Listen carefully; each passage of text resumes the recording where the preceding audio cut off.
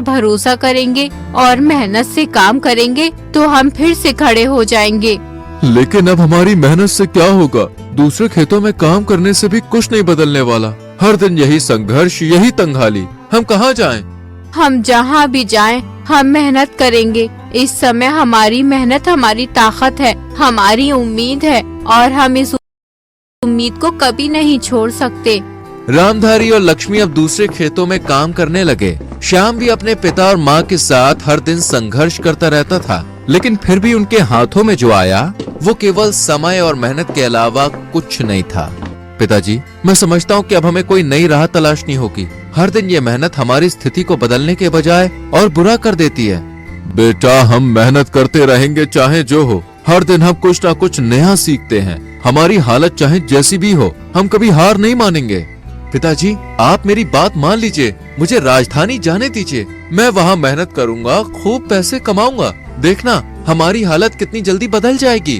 तू बार बार यही रट लगाए रहता है। बड़ा आसान लगता है तुझे पराये नगर जाकर काम करना। यहाँ अपने ही गांव में 2 वक्त की रोटी का ठिकाना नहीं है और तू कह रहा है कि वहाँ जाकर सफल हो जाएगा।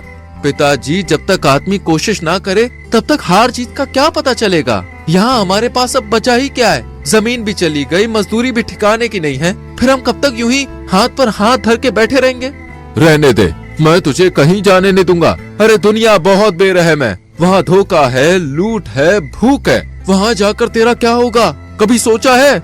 सुनिए जी, श्याम अब बच्चा नहीं रहा, समझदार हो गया है। जब यहाँ कोई रास्ता नहीं दिख रहा तो उसे जाने दीजिए। मैं जानती हूँ वो हमें कभी निराश नहीं करेगा। रामधारी थोड़ा नरम पड़ता है, लेकिन अब भी असमंजस में है। अगली सुबह रामधारी जमींदार से कुछ रुपए उधार लेने जाता है।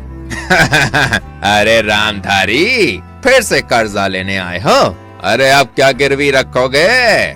इस बार कुछ नहीं, बस अपने बेटे को शहर भेजने के लिए थोड़े पैसे चाहिए। अच्छा, तब तुम्हारा बेटा राजा बनेगा। ठीक है, लेकिन सूद मत भूलना। पैसा लौटाने में देर हुई तो समझ लेना तुम्हारा घर भी मेरे नाम हो जाएगा। रामधारी मजबूरी में हामी भरता है और पैसे लेकर चला जाता है। बेटा, मैंने बहुत सोच समझ कर ये फैसला किया है। ये कुछ पैसे रख ले, तुझे वहाँ काम ढूंढने में समय लगेगा। भूखा मत रहना। पिताजी, मुझे इतने पैसों की जरूरत नहीं है, मैं कम में भी काम चला लूंगा। नहीं बेटा, अनजान शहर में पैसा ही सबसे बड़ा सहारा होता है। रख ले। बेटा, हमेशा ईमानदारी से काम करना, कभी किसी का बुरा मत सोचना और हमें भूल मत जाना। मैं आपको वचन देता हूँ, एक दिन लौट कर आऊंगा और हमारी जिंदगी बदल दूंगा। श्याम अपने घर से निकल जाता है। रामधारी और लक्ष्मी के आंसू बहने लगते हैं। शाम का समय, सूरज ढल रहा है। श्याम राजधानी में पहुंच जाता है। राजधानी के चौड़े रास्ते और भागते दौड़ते लोग गांव के सीधे साधे माहौल से बिल्कुल अलग थे। हे भगवान, कितना बड़ा नगर है, इतनी भीड़। यहाँ सब इतने तेज चलते हैं, कोई किसी की ओर देखता भी नहीं है। वो एक पल के लिए घबराता है, लेकिन फिर खुद को संभालता है। डरने से कुछ नहीं होगा। पिताजी और माँ का सपना पूरा करना है, मेहनत करनी ही होगी। वो ये सब सोचते हुए आगे बढ़ता है। कुछ दूर चलने पर उसे एक पुरानी सराय दिखाई देती है। अंदर लकड़ी के खटियाओं पर लोग बैठे हैं। श्याम एक वृद्ध सराय मालिक के पास जाता है। बाबा, मुझे यहाँ ठहरने की जगह मिल सकती है क्या? वो मैं नया हूँ इस नगर में, काम ढूंढने आया हूँ। पैसे हैं तुम्हारे पास?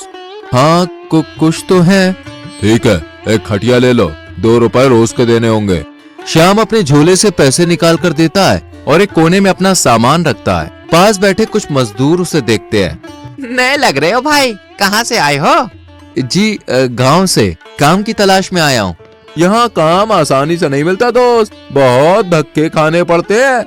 श्याम मन ही मन दृढ़ निश्चय करता है कि चाहे कुछ भी हो, वो मेहनत से काम जरूर ढूंढेगा। अगले दिन श्याम सूरज उगते ही नगर की गलियों में घूमने लगता है। हर व्यापारी से काम मांगता है। मालिक, मुझे कोई काम दे दीजिए, मैं बहुत मेहनती हूँ। नहीं नहीं, यहाँ तुझे काम कौन देगा? अरे पहले कुछ जान पहचान बना, फिर देखेंगे। श्याम आगे बढ़ता है, लेकिन हर जगह से उसे निराशा ही मिलती है। दोपहर ढल चुकी थी। श्याम भूखा प्यासा एक बड़े अनाज गोदाम के पास पहुँचता है। एक व्यापारी मजदूरों को बोरियां उठाते हुए देख रहा था। मालिक, मुझे भी